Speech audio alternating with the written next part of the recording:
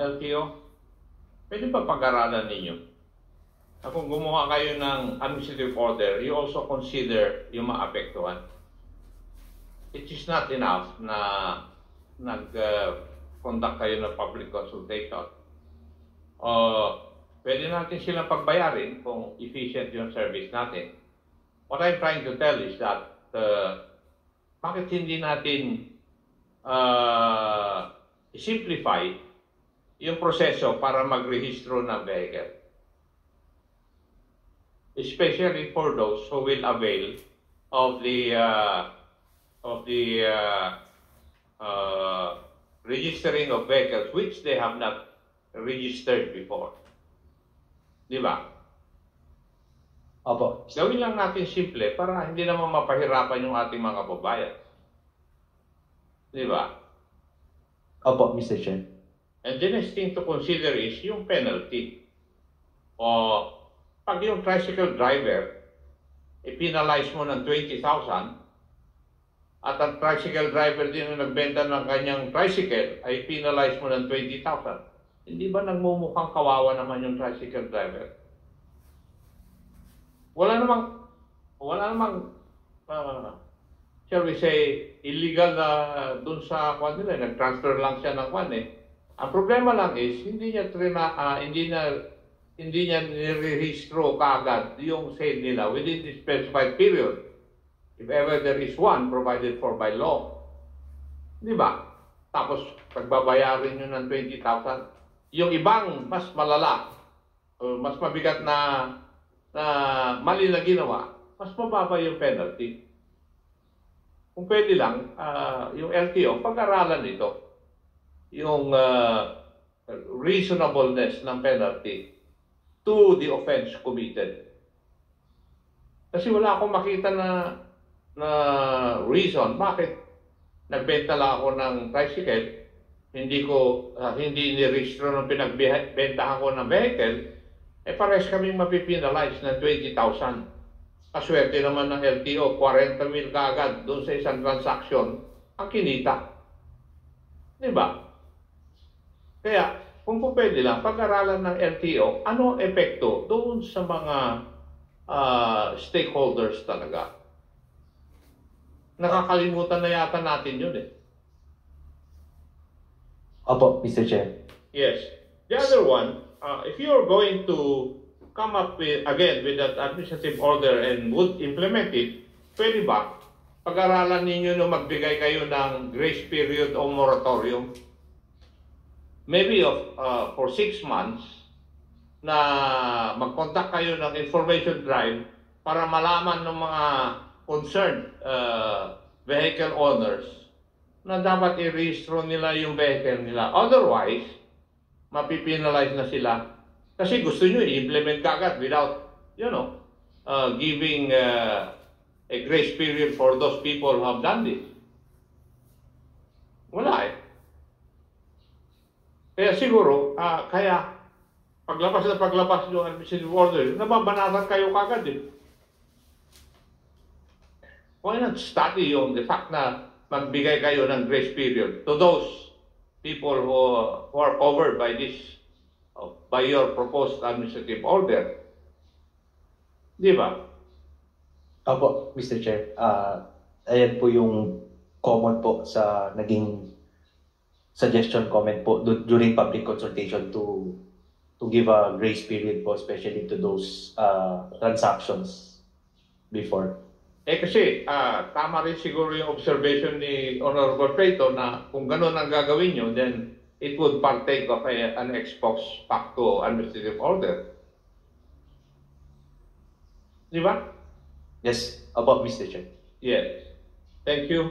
Anything else, and so far as this issue is concerned, the Honorable Padres recognized. Opo. Mr. Chair, total nandito po yung representative po natin. Baka pwede po natin silang matanong tungkol po dun sa charge.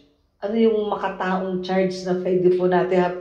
Kasi pag-aaralan naman din po nila Attorney Puan Jr. po eh. At least marinig lang po natin yung concern po nila tungkol po sa penalty po na 20,000 pesos po. Kung pwede po, Mr. Chair. the Honorable Pancho ay nagre-request sa mga stakeholders, ano ang palagay ninyo dun sa penalty na 20,000? Yes, yung nasa dulo, si Mr. Santa Cruz. Diyan sa ako, nagkagulo lang yan talaga. Nung sinama yung 4 wheels, sa 3 wheels, sinama nila yung tricycle. Pero doon sa 11235, no? Meron, ang tanong ko lang sa LTO, sa 11235, 50,000 yata yung penalty pag hindi in-report. Meron na ba tayong in-implement sa LTO na o hinuli na hindi nag-report? Kasi marami nagbebenta ng motorcycle up to now hindi nila in-report.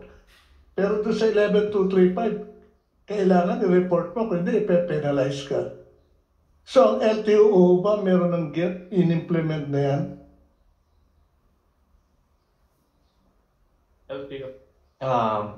Sa mga second sale po, Mr. Chair, hindi po. Pero ito rin po yung nagiging basehan po natin sa mga dealers naman po na hindi po nakapag-rehistro at hindi po nakapag-process ng rehistro ng mga nabenta po nilang motorsiklo. The first offense po is 20,000 and then 30,000. But for the second hand motorcycle po na nagbenta, individuals, wala pa po.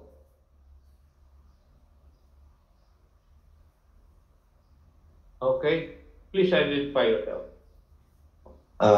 Good morning, Mr. Chair. On the part of the TODA sector, yung 20,000 po parang hindi po talaga katanggap-tanggap.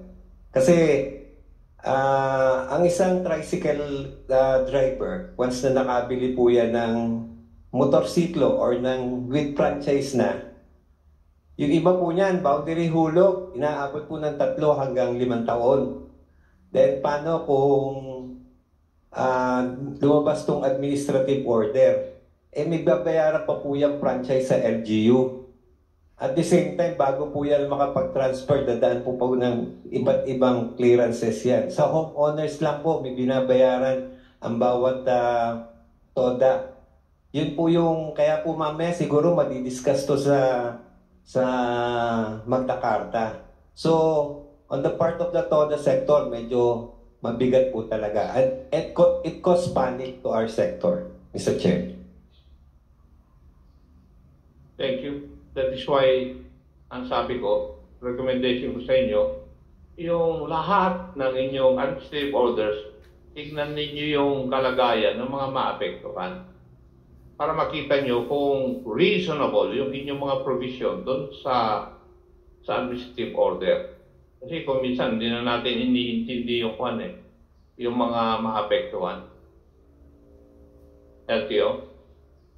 Yes po. But at yun ang point ko, it's, I agree with your intention, kagaya ng sabi ko kanina, pero yung tingnan po ninyo yung proseso o yung protocol para ma-comply, tingnan ninyo yung reasonableness ng penalty and the grace period na ibibigay nyo to those concerned para ma-comply sila before you penalize them. Yun lang ang aking observation dito sa na ito. Administrative order. Yes po, definitely, Mr. Chair. Thank you.